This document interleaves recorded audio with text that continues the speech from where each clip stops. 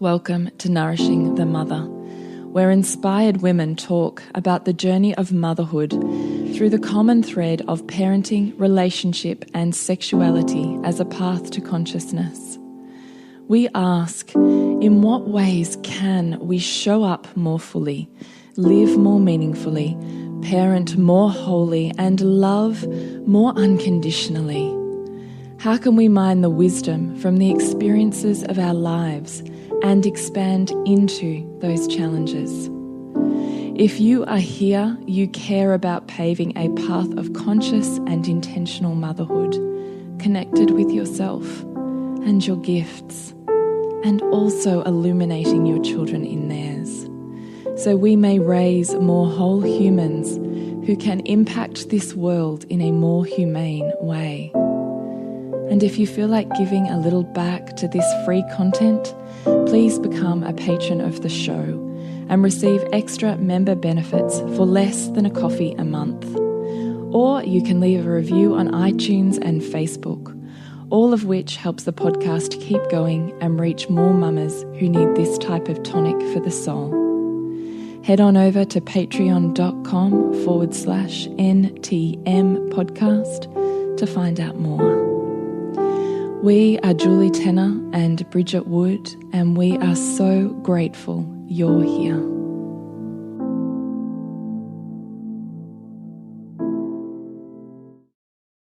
Hello and welcome to Nourishing the Mother. I'm Bridget Wood.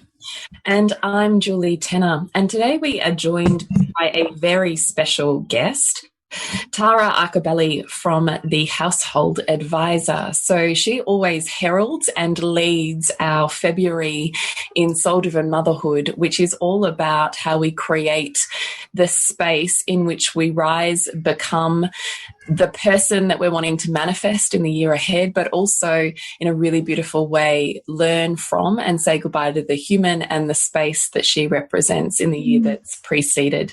So today, the conversation that we're going to be having is how representative your physical home is of your emotional, mental, and physical body as your home, and what one space reflects about the other, what we can learn from the space in which we and our families live, and what you might want to change in order to really bring manifest what you're seeking to achieve this year. So, Tara, I'd love for you to just say hello, and then we'll run in with our spiel, and we would love to then really have this conversation with you. Hello, and thank you for having me. I'm super excited to be here with you both. We're so happy to have you. We're so excited.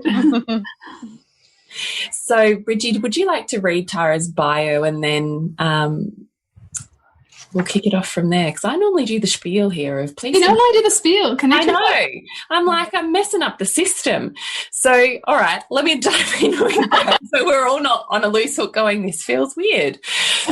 We would love you to join our newsletter space, where we just let you know what's happening in the world once every sort of few weeks.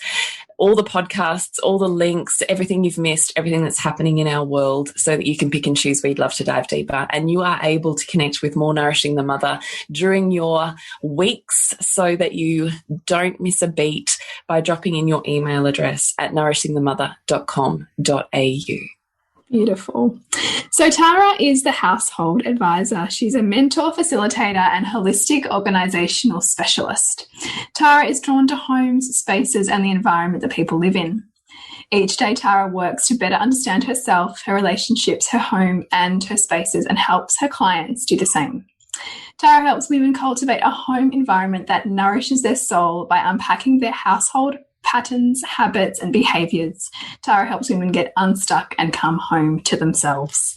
And we've got to say, yes, she does, because last year, you and I, Jules and I, both invited Tara into our very intimate spaces that are our homes. And what Tara was able to tug at in terms of our own habitual patterns and threads and vulnerabilities and emotional stories that our homes represent was really just beautiful and at times confronting, wasn't it, Jules? Yeah, 100% it was. But I'm so grateful for that time and that space.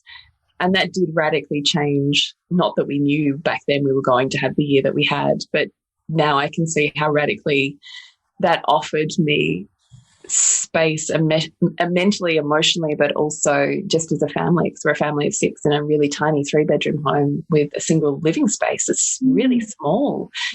So the area that we focused on, Tara, was my children's bedrooms, because I just could not handle the clutter and it was hard for me to be around and in, and hard for them. And we totally somehow magically made it a minimalist space, which I didn't think was possible in a, old retro 60s home with no storage, and really created, I suppose, the essence that I wanted all of us to bathe in those spaces, which was to feel clear and clean, and that sense of, I feel really good here, rather than there's more stuff to distract my mind than what my body can handle.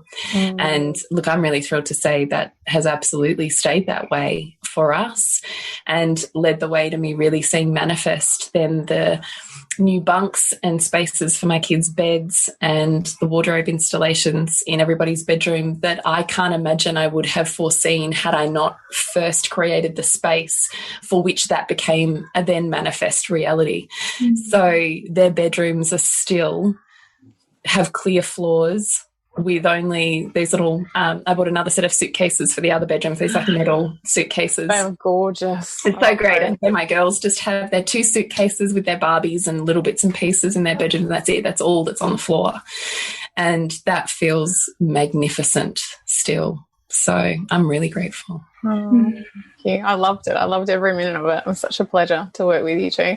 And I was going to say, do you think that set you up really well going into what we obviously didn't know we were going to go into a lockdown, but could you have imagined having experienced 2020 with all of that sort of clutter and stuck and feeling no way. I think it was all divine intervention in a way, wasn't it? Because they were the 2 spaces. I really only got my bedroom and the living room outside of that. So let's say it's not a big space, but my bedroom and the living room, pretty well sorted, kitchen, pretty well sorted. It was my kids' bedroom that I was so stuck with and on, and could not work out how I could feel good walking into that space, and how I could shift perceptions and views for this to be a really beautiful choice rather than what it looked like, which was making do with the best we could, which it wasn't. It was always a conscious choice for me to live in this space, and I just couldn't see that manifest in these spaces. And my 2 eldest kids often would sit on, because we then bought double beds for the big kids, would often sit together on the double bed in one of the bedrooms next to each other just to work in a clean space that no one else was in. And I thought, my goodness, there's no way that we could have homeschooled with a tiny person, like a little 2 to 3-year-old, plus a primary schooler, plus 2 high school kids in 3 bedrooms and 1 living space, plus my husband home full-time working, plus me working through that. That's a lot. 5 out of 6 people trying to work out how to function as best as they possibly can. And that was the last of the space physically that was stopping ease and flow. So I can't imagine that we could have created the experiences that we did have as a family had we not had bedrooms that were extremely functional and inviting as a space. And I think just, good juju, they just the energy in them just flows when it's so clear, So I think it was divine intervention. Perfect. Good timing. How did you go, Bridget? What did you think? How did you go with your office? Oh, so good. The office, it was a funny one. There's a lot of resistance for me with the office, and a lot of distraction, and I was finding it hard. Even you can see even in the videos that are in Soul Driven Motherhood that that's trying to showcase the transformation. I can even see it in the way I was holding my body, just in kind of the heaviness of sorting through my office, because for me it was a representation of so much half-finished stuff, or so many notebooks and so much books and so much learning that felt a little dense for me. And having you in there and having your perspective as we were going through it all was just so powerful, because I got to see myself differently, and I got to understand my habits in a new way, which has really informed how I view that space. And I'm still working through it. I'm still finding myself choosing to work in my bedroom more than I'm choosing to work in that space. So there's still some resistance there. But just being able to be aware, because this is the thing, and I'm sure you've seen this too, Tara, that if you don't work through what has got you there in terms of the way you use your spaces, then they just go back to the way they were. It's a little bit like somebody who tries to like go on a diet and lose weight. Unless you deal with the underlying emotions behind why you have the diet that you have, then you'll just swing back to where you were before, after that initial kind of, you know, whatever it is. 100%.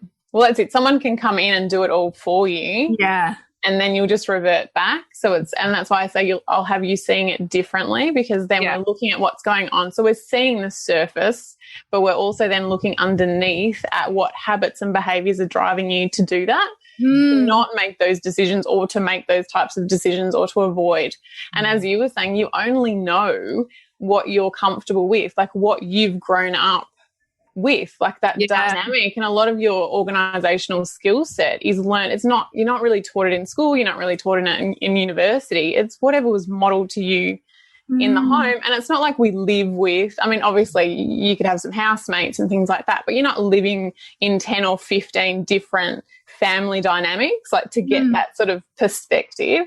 So I say that all the time, because every time I work with someone new, I go, wow, so there's another way to do this, and oh, there's another way to do this, and I like that, and they do that better. And it's really, really fascinating. But you're right, it's all the habits and behaviours and the neural pathways and everything that you've learnt and had role model to you. And then whatever you've picked up, you're then role modelling to the next generation. Yeah. So it's that beauty of that awareness of saying, okay, I really like this about my childhood home, and I'm going to continue that and teach it to my children. And there's a few things here that I wish, like, how can I do those sort of differently? And I often then find too, when you go into a home, it's those areas and those rooms that are telling you where that work is.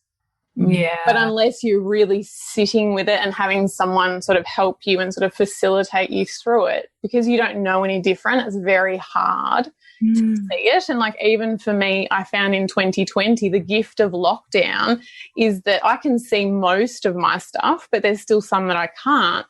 But lockdown was a totally different experience. Like, we'd never been there. Like, I'd never seen my house play that sort of role, that intense role. So it had me looking at my spaces at a different level as well, and going, oh, there's more here. Like, this is a one-stop shop. This has become like our bubble. We've got 2 businesses running here. We've got a kinder running. We've got a school running. Like, it has to play a different purpose. So what do I need to change here? So I too, like, I've sort of been through it. I sort of went through it with you, and I went through it with some clients, and then I feel like I did the best, like, deep dive, because I feel like your home is one of the best training grounds, because you can do it, and you can do it within that home, and what you learn from that you can then take kind of out and into your life, because it's almost like different rooms of the house are different areas of life as well, I feel. So can you expand on that a little? And like, what do you mean by that when you say different homes are different, almost like different areas of your life? Different depending on, like, people will have certain rooms that are harder than others. So when we looked at you and your sort of your office, and I see that as being sort of that career and business area. So if you're sort of stuck, or sometimes it can be financial as well. So you could be sort of stuck there. If it's, sometimes like the kitchen, it can sometimes be about like food and even entertaining and the social aspect, and even like the playroom. Like, that was a big one for us. We had a sort of a big playroom, but I opened it right up during lockdown because it was driving me crazy. But I was in that transition of my daughter being in kinder, sort of coming out of that toddler phase, and like getting rid of baby gates and things like that. So as I did that, like, everyone would be like, oh, that's quite simple. But the emotion for me was like, oh, are we not going back? Like, are we not having another child? Like, is this the next part of my life? And I feel like I had to clear that in order to be like, okay, we're through that.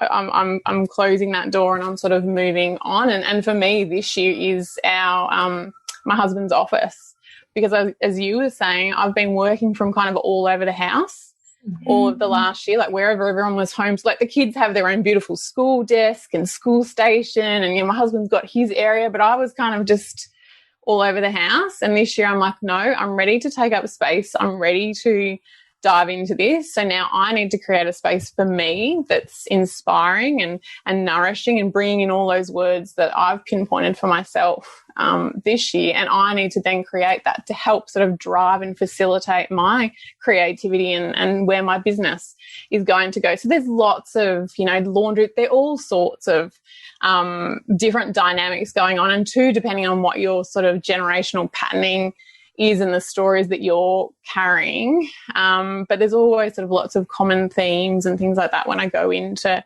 houses, and I'll often be able to say, oh, so where are you sort of stuck? Oh, that's quite representative of those piles, because often, as I say, piles are just unmade decisions. So in those areas of your life where you're not making those decisions, is that resistance. So it's represented in your stuff, but it's also representative of, like, it's your life. It's being, reflected back. So as I said, during lockdown, I really had to sit there and be like, okay, so what are my spaces going to teach me? And we were pretty well set up in terms of, I had the house quite, it wasn't a huge change because we both worked from home and the children are home quite a lot. But it was still kind of a deep dive into what's the next step on the other side of this, and how can I make that sort of more comfortable, and how can I make us all sort of thrive? So then bringing the kids in, like, what do the kids need on top of, okay, so my husband's needs, what are my needs? What does my son need for school? And then what does my daughter need for kinder? And then making all of our rooms and literally every square inch of our home fit that. And I feel like we did quite a good job of it. I must comment on that in terms of how do I make this space work for my kids, because this can be the kind of thing that the kids can easily be forgotten, right? The kids can be like, you know, not really considered amongst the desire to sort the home. But yet I know with Jules, and also with me and with my kids, you came in and spent time observing them and really understanding what was important to them, so that any change that was made was done collaboratively, so that also made it sustainable, and it made it something that they could contribute to and feel respected in. And that is also where I think we've got longevity with the changes that you've made, because you came in and helped Hugo set up a space for his Lego, which he still uses, and you helped organise all of our cupboards and Sylvie's craft, which she still uses and knows where to find everything and helps organise. And so because they were able to co-create those new spaces and felt empowered in doing that, that's also made it far more easeful for me and my husband to be able to continue with that, because they're part of that, not just kind of, you know, brought along absent-mindedly, you know. Correct. And I think it's important because there's so much of you're imprinting all the time on them. So you want them to be contributing and co-creating with you. And even yesterday, I was writing down some notes for our chat, and Luca came down, he's 7, and sat down next to me, and we had a really long conversation about what was the experience for you, and what would you say about our spaces, and what did you learn about our spaces? Like, I ran through sort of all the questions I'd been talking to you about to get a really good perspective, because I worked with both of them, like, to really because they're at such different stages, with Eva being in 3-year-old kinder and Luca being in grade 1, like, there's quite the age gap. So I had to facilitate an environment where she could explore, and hers became, because we could only go for a walk around the block, that was at one point all we could do. She loved nature and flowers, so we would pick flowers every day, and then we built her a flower garden. So the whole front of our house now is a flower garden. So we were bringing that in, and then Luca got his workstation, and I guess worked with him every day to make sure that he could learn, like, it was the best environment for me. So for him, so talking to him, what do you need? Because he was in the living area, so in the communal area. Do you need us to be quiet? Do you not want anyone to be in there? Like, how do we want to set it up. And then he got all his Lego creations that he'd made during lockdown, and he had them lined up on the fireplace, and he made like a Lego trophy when we had a competition one day, and I haven't had the heart to take them down. Like, they're all still sitting up on our mantelpiece because it's just such a beautiful reminder of that time. And he said to me yesterday when I asked him, he said, oh, well, most people think being at home is really boring, but if I learned anything last year, it's that there's so much to do at home. There's just so many ways to entertain ourselves. We've just got to look. We've just got to kind of look outside. That, you know, people just think that you just go home and you should watch screens, but he's like, there's just, you know, there's so much. Like, we have a pool, and obviously in the middle of winter it's freezing, but the kids were doing leaf races and we were fishing and just getting really creative with what we had. And then too, I think looking a lot at then regulation. So, and I remember Julie and your swing in your living room, and we have a swing in our backyard, and Eva every day at about 4:30 without fail would just get up from whatever she was doing and she would walk outside and she'd spend half an hour swinging.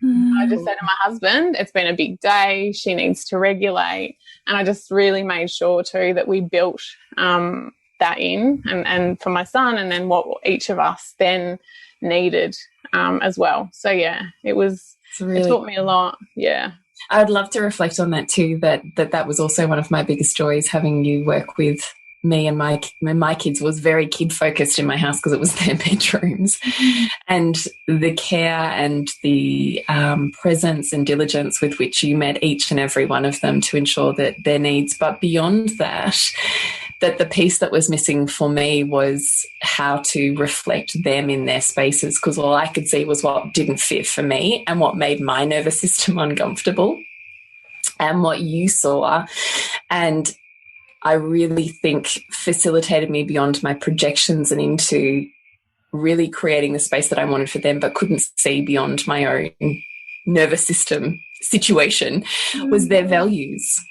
And that's still the case, right? Like, my daughters still have their values of social friends, and my eldest, now we've moved things around, she loves plants, so she's like building in plants and vision boards. And my son, we did put the shelves up for his shoes so he could showcase those and hang his special basketball things up, like just really what seems like really simple additions, but actually I hadn't sat with or considered, and what personalizes that space. But beyond it's not even personalizing it.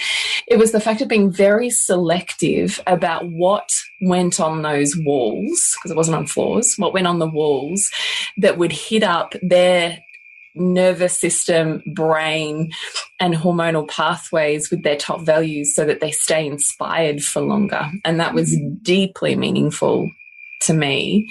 So that also has remained a co-creation with them, which is, I always think I'm so grateful for that, because I wouldn't have seen it. And how much do you think that also helped your teenagers, particularly during lockdown, when it was a time of, for some teenagers, really, really challenging to their identity, because their identity is so much formed by their social interaction? Was having this space reflect them authentically help, you know, kind of help them to feel more connected to themselves, do you think? Yeah, well, look, I mean, I haven't spent time reflecting on it, but now you're saying it, I'm like, yeah, of course, you know, which is so great to have the space just to reflect on that. Yeah. I hadn't sat with it, but I don't have a question. Like, they chose to sit side by side, but they chose to be in their bedrooms to study. Like, the door was always open. We have an open door policy, but they always chose to be together within their bedrooms rather than out in my space in the lounge room, right? Which the walls are plastered with my top values. And they're like, I'd rather be in my own, thanks very much. Yeah. So, you know, now I'm reflecting on it, I'm like, yeah, I can see that. That would be stimulating and wholesome for their nervous system to be interacting with. Yeah, definitely. So, Tara, I know that we are going to be doing a couple of workshops with you in February in soul-driven motherhood. But what I would really love for you to talk about is just the reflection on the holistic part of what you do. I know we've talked on it, but what perhaps our listeners who may or may not be part of soul-driven motherhood and have deeper access to you, although of course they can connect with you, and we put all of that at the end of the podcast and in the show notes. So please make sure that you check out how to find Tara. But what is it that you think about when you think, what did your spaces teach you about you? What did you learn and what did you change? What is that riff on that, I suppose, that really speaks to you about why that's holistically so important when we're decluttering and creating space in our homes?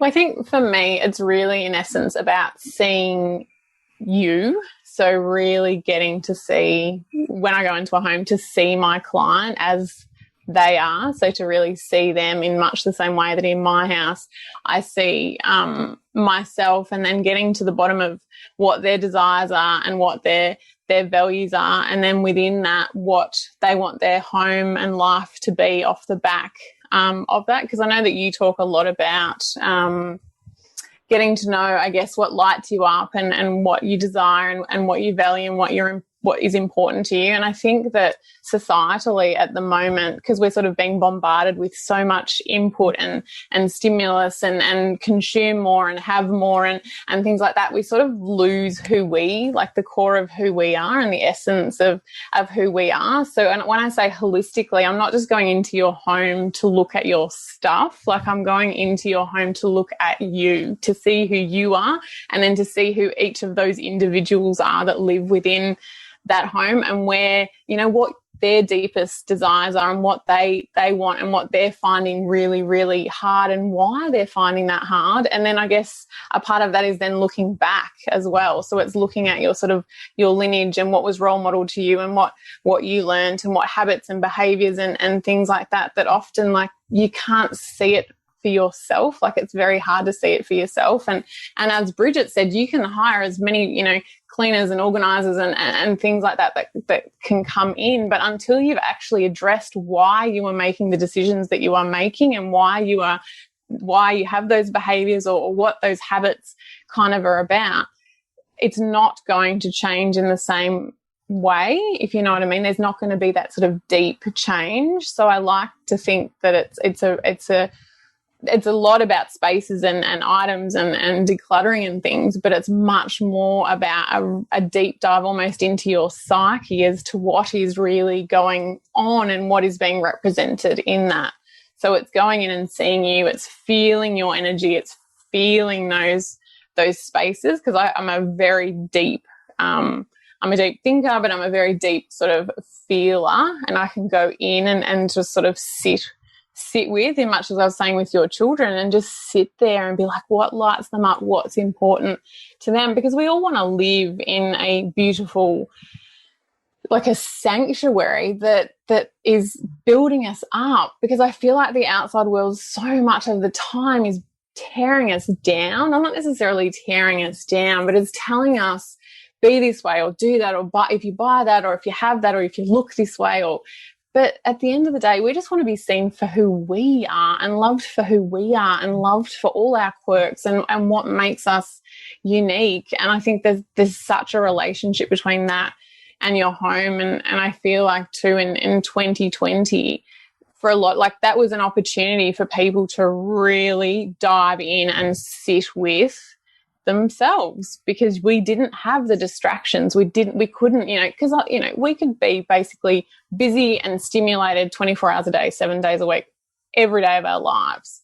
Whereas this was a beautiful opportunity to be like, okay, does this feel good? Like, is this environment that I am bathing in 24 hours a day feeling really good for me, or is it not? And if it's not, let's do something about it. Like, let's sit there. And I've had to sit with myself. There were things too that I didn't like that I've had to really grow through and work through. And it was brutal. Like, some of those times, like the first lot of lockdown, not so bad. Second time in was really painful. Like, every day, like, I've just got to keep getting up and keep doing this and kind of keep facing. But as I said to you, when we cleared our playroom space, I was just like, what do I need to change? I need more space. I need more light. I need to feel like there's more flow. I need less stimulation, and particularly with the kids learning, the less stuff in your spaces, the less sort of overstimulated you become. And I was like, so what am I going to do? And a couple of times my husband turned to me and he said to me, what would you say to your clients? do it. Don't complain about it. He just call me out on it. Like, and I love that you say that, because even though this is your area of expertise, you're still facing the same stuff because you're still human. 100%. 100%. And he, because I have to do it to him, so he will very much do it to me. And I'll say to him, what am I not seeing? What am I not saying? And we do come from very polar opposites, so very different. And I just think that is the greatest blessing almost there, because sometimes you'll say something and I'll be like, what? Like, I can't even imagine that you would have done it that way, or that you'd have a space like that, or that your mum would have, do you know what I mean? Like, it's just so different. And I guess too, like when you're in those spaces 24 hours a day, and then you have 2 children as well with a bit of an input. Like, my son's now old enough to, and, you know, my daughter does a little bit, she's 4, but my 7-year-old, or 7.5 now, is very happy to start turning it back on me. So all the things that I'm saying to him, and in particular too with my daughter, I started to notice that I was getting frustrated with her. Like, she was leaving things around and losing things. Like, she'd always be coming to me, oh, I've lost this, I've lost that. And I'm thinking, I'm an organisational specialist. Like, how are you losing this stuff? Like, what's going on here? And then I thought, but is a part of that too, that it's my skill set. So sometimes you because it's so natural to me, I'm then doing a lot of that for them, as opposed to then providing them with those skills. So I found with both of them, with her in particular, and she says it to me now, I said, we give everything a home. So like, we have a home, we go home to our home, and then everyone knows where we are. So the same with your items. I say, when you've finished with them, or they've finished for the day, we put them back in their homes, and then tomorrow when you want them, we put them back in our home. And we go and we know where they are. And then she'll actually say to me, oh, I lost that, Mummy. Oh, I didn't put it in my home, didn't put it in its home, and now I can't find it. Or she'll say, oh, you better put your earrings back in their home so you know where they are tomorrow.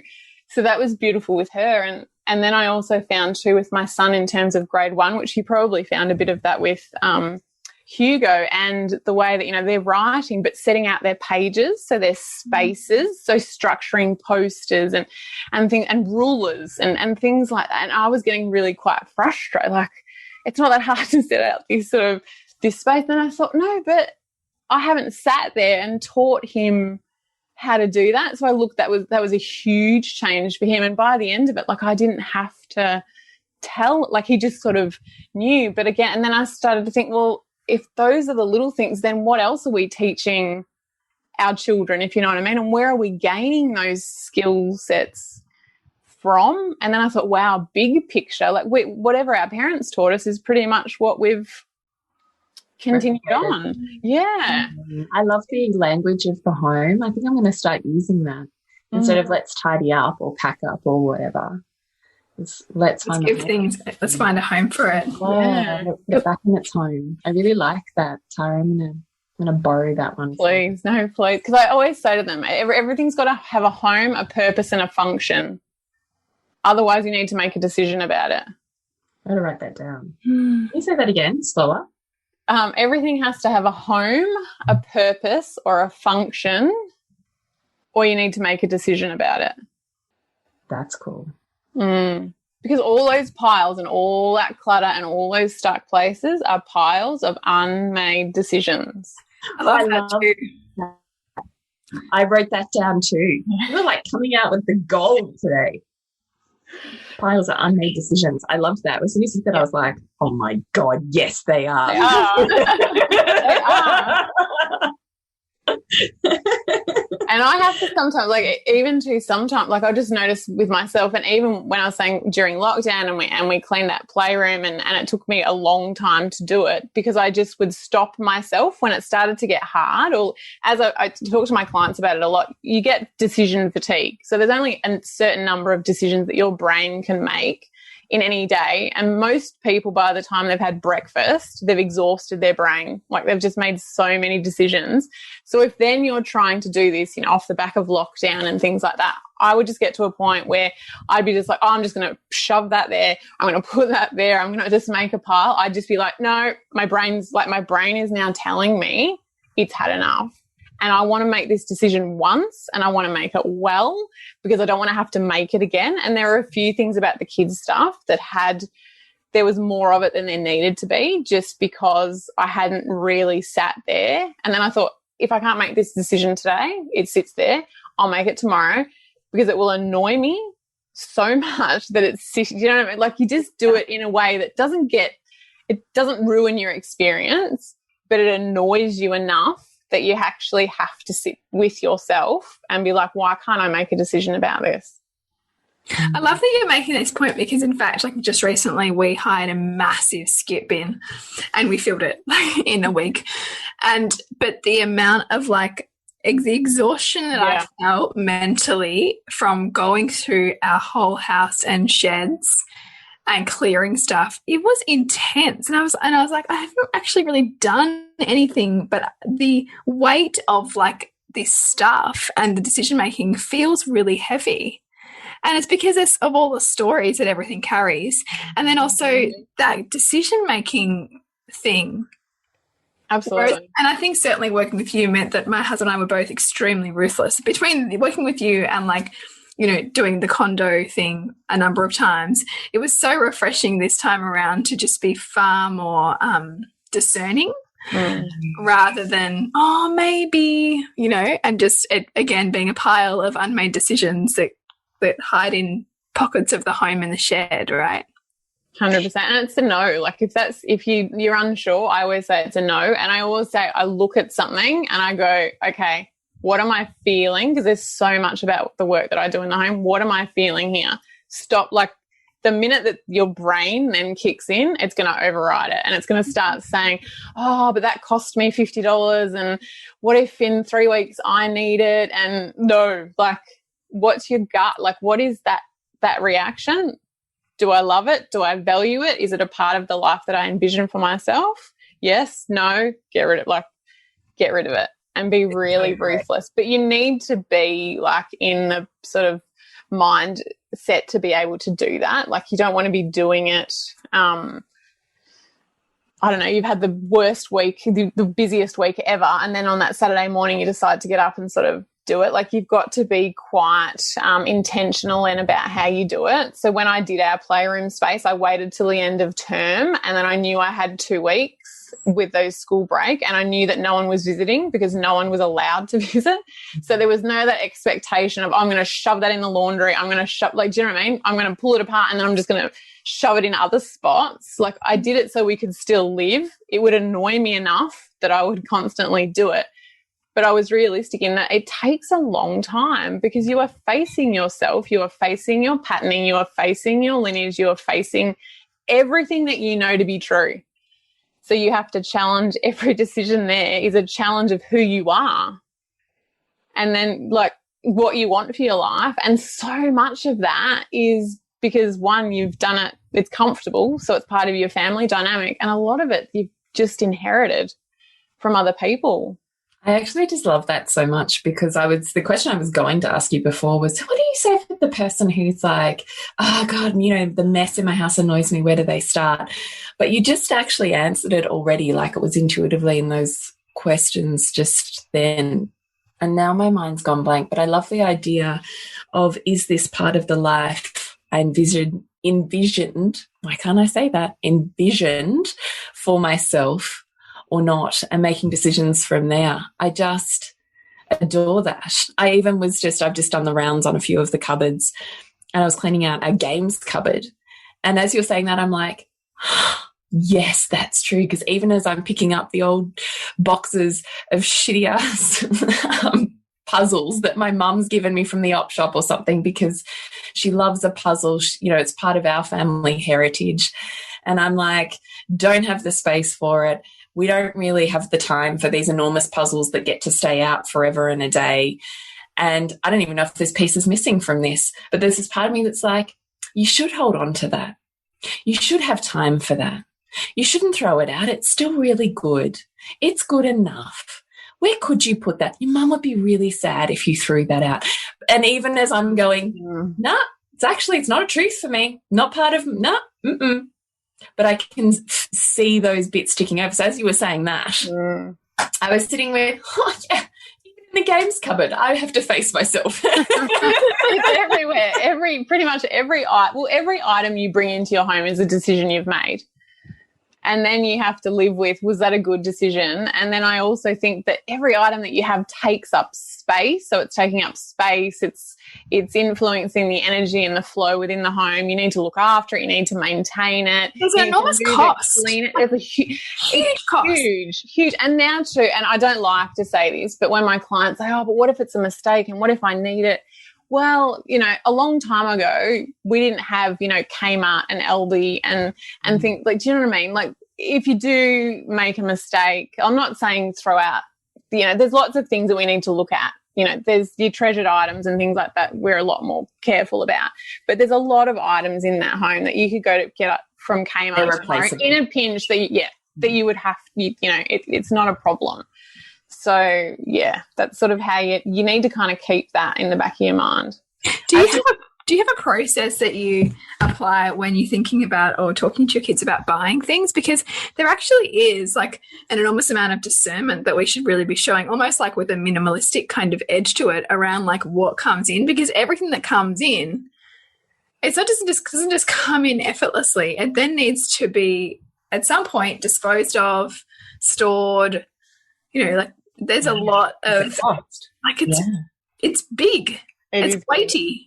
It is, and I was saying when I went through our playroom, like my husband said, "Oh, you're generally pretty good," but he goes, "I think when we had children, you might have just lost your perspective a little bit there, like because there's just so much. If you get inundated with you need to have this thing and that thing." And I look back now and I think, 3/4 of the stuff that we had, we didn't probably need. And in that process, like I sat with the kids for hours and hours and we went through it, and they see me do it all the time. And sometimes I think they think I'm going to throw everything out, and I don't. But that's also helped in when we do consume and when things come in, like to say to them, do you value it? You see that it takes up space. You see that you've got to give it a home. If there's nowhere to put it, like if you can't envision a home for it, then what are you going to give up in order to bring that in? Yeah, because I'm very particular, and we only have certain sort of spaces within the home. I don't like lots of things on the floor. The kids have their toy boxes, and everything else is sort of Montessori open, so on shelving and things. But as it starts to overflow that, they go, oh, mummy, what's mummy going to throw out today? And I'm not going to throw it out.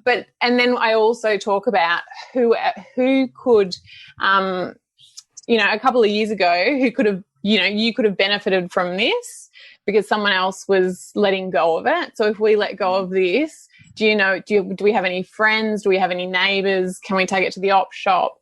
Does the school need it? And things like that. As well. So it's a lot of talking to them about consuming. Yeah. That's right. And it depends on a lot of that too will be your patterning. So it will also depend on what they're exposed to and what you've grown up with, and sometimes you really have to kind of check yourself with a lot of that. Like I have to think, why is that okay? Or what, my husband thinks that's quite different to me, and kind of all, I guess, working together, because everyone, like that dynamic is always changing and you're pushing everyone's buttons, and it's really interesting. And amazing that imprint, isn't it? Because even today, like we went to the shops and my son walked into like this game shop and he immediately like had to have this thing, and he was like, Mum, I promise I'll pay you back. I just really want this. And he's talking at 100 miles an hour, and I could hear the emotion in his voice and I could feel the desperation in his body. And I said, Hugo, do you notice your voice right now? Do you notice how like your emotions are really strong and you just have this need that you have to have it? That means we're going to not get it right now. And we're going to take a couple of days, and you can think about it, and then you can bring your wallet back if it's what you really want. Because I don't think that this is a true decision for you right now. I think you've seen it and you want it and you just feel like you have to have it, but that's not the place to make a decision from. And it was really interesting because the same can be true of like the emotions that we kind of hold on to and get attached to about things in our home.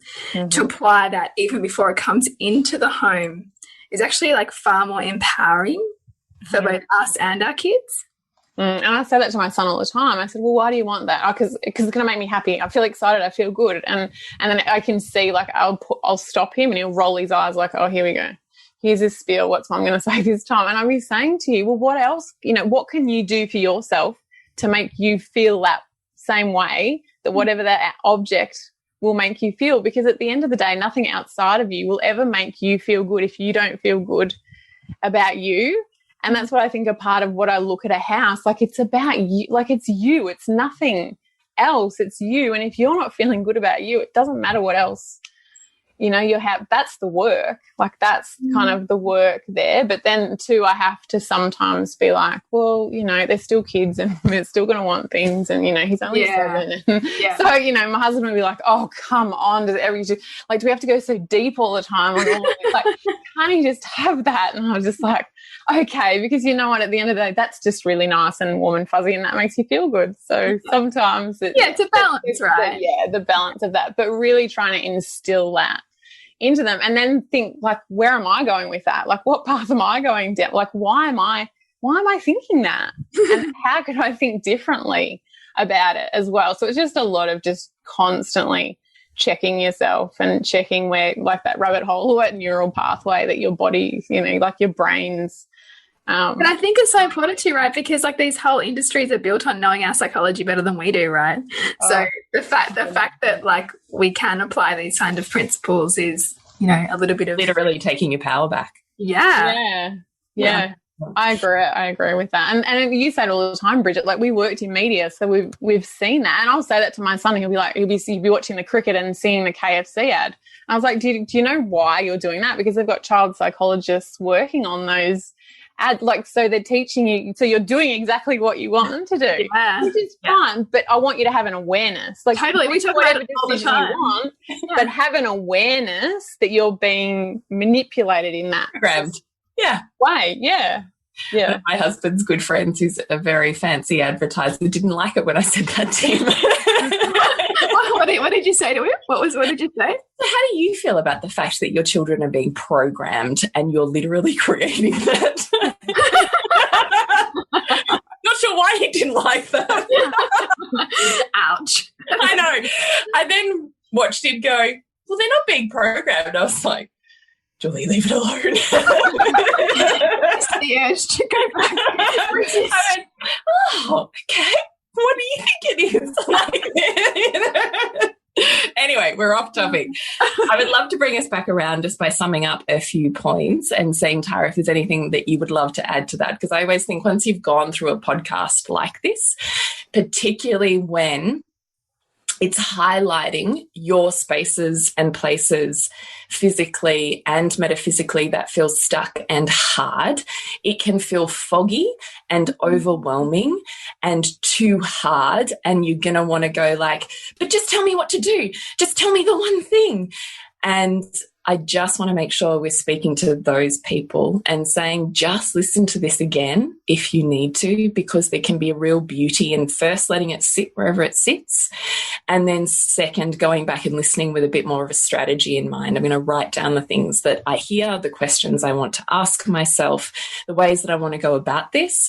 If you're feeling like you want support and nourishment with that, then I would really, really offer you to reach out to Tara and say, actually, I really want and recognize that I need some support in creating this manifest space within my home, knowing that that helps easefully and artfully move me into the up-leveling that I'm asking myself to do, and you don't have to do it alone.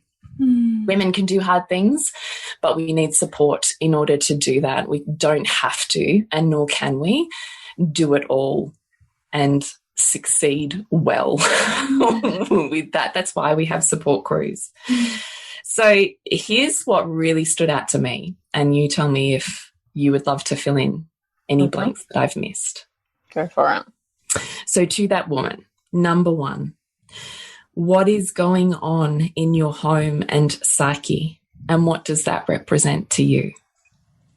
Number two, then when you look around your room or your home and you recognize that piles are unmade decisions, what does that reflect to you?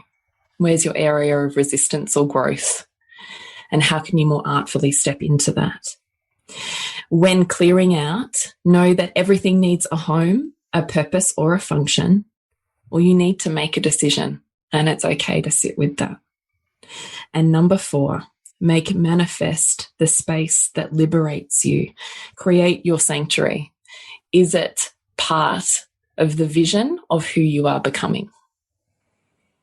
I love that. You want yeah, no, 100%. I was just going to say, it's all about, I guess, nourishing your soul. So it's all about knowing, you know, going deep and getting to know you and sitting with you in those areas that are really hard, just to sit with them and keep sitting with them. And for a couple of days, maybe, like, I guess really look at last year and be like, well, what was really, really hard? Like, what is really stopping my flow? What is making my life hard? What am I complaining about? Like, what is coming up constantly? And then just sit with it. And then the next day for 5 minutes longer, sit with it. And then make one decision. I just say just one small decision, because it's practice. It's also a skill set, you know, getting organised and making decisions and changing habits and behaviours is strengthening and I guess I just lost my train of thought then. But it's a skill set. So it's a mastery. And with anything, you have to start somewhere. And as you make one, you'll make another, and you make another, you make another. And also, procrastination is just fear.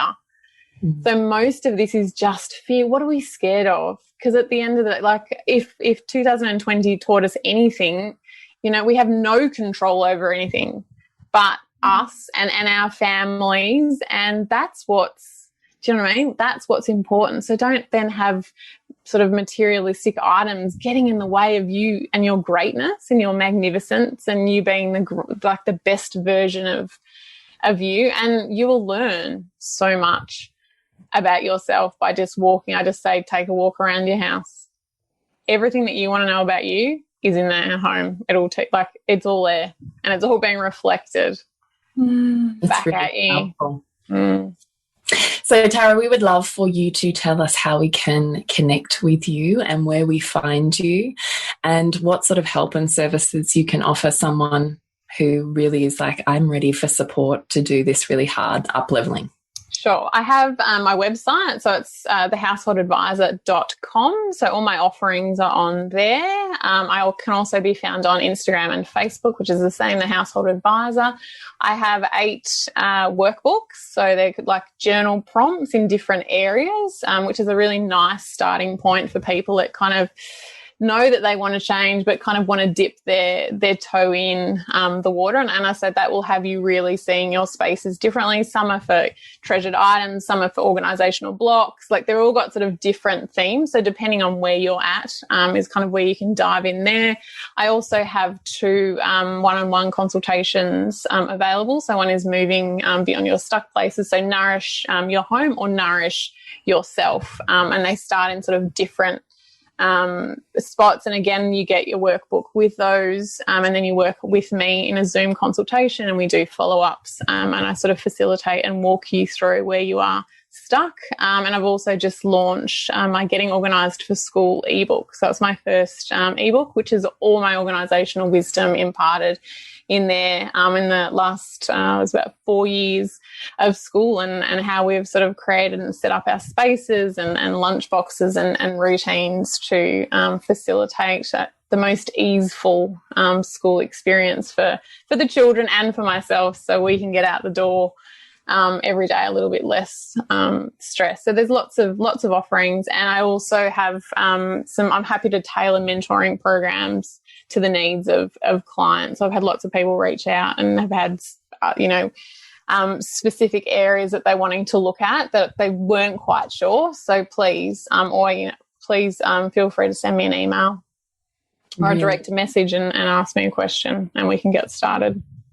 Thank you. Thank you for sharing that. And we're also lucky enough to have you coming into Soul Driven Motherhood in the month of February as well, where we're putting together a workbook with you to share with everybody in there to help work through some of those spaces. And then we are inviting the beautiful women in Soul Driven Motherhood to actually video and share with the community their own stuck places in their home, and Tara's going to pick 2 spaces to analyse and work through live with some women in the group. So we're really, really lucky to have you in there, and of course, like any kind of space, they're all mirrors for each other. So we're going to learn so much about our own space simply by seeing how you work with women in their spaces. 100%. I will be learning along with all of you as well. So thank you. I'm so excited. So excited. I love it. Every time, as I said, every time I work with someone new and go into a new home, I learn, I have a great time, but I also learn a lot about myself as well, which is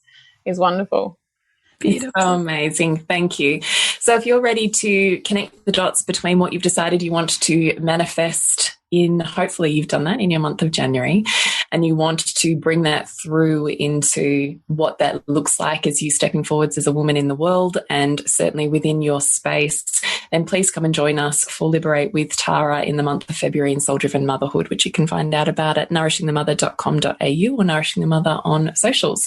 We will have all of Tara's links, including where you can find her workbook and workbooks and services in the show notes. And of course, we'll be talking about her through the month of Feb.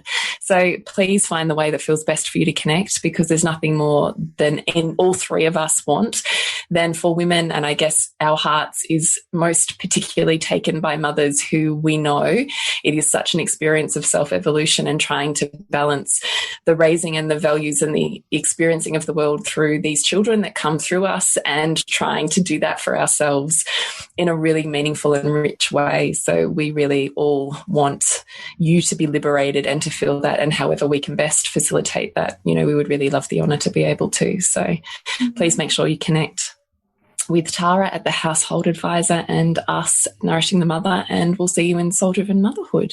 We will. And connect with you, Jules. Is julietenner.love and Ubridge. suburbantandcastles.com. Remember to nourish the woman to rock the family. And we'll see you next week when we continue to peel back the layers on your mothering journey.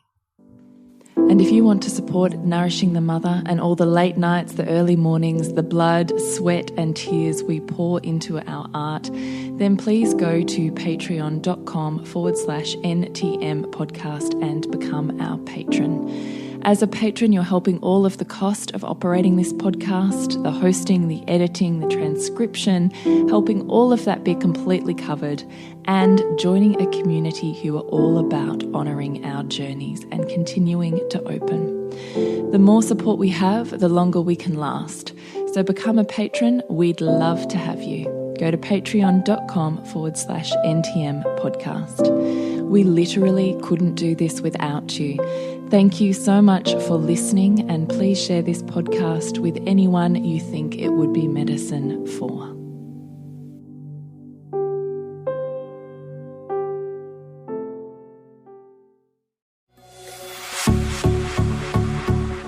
This has been a production of TheWellnessCouch.com. Check us out on Facebook and join in the conversation on Facebook.com/TheWellnessCouch. Subscribe to each show on iTunes and check us out on Twitter. The Wellness Couch, streaming wellness into your lives. Whilst the Wellness Couch presenter endeavor to provide accurate and helpful information to their listeners, these podcasts cannot take into account individual circumstances and are not intended to be a substitute for health and medical advice from a qualified health professional. You should always seek the advice of a qualified health professional before acting on any of the information provided by any of the Wellness Couch podcasts.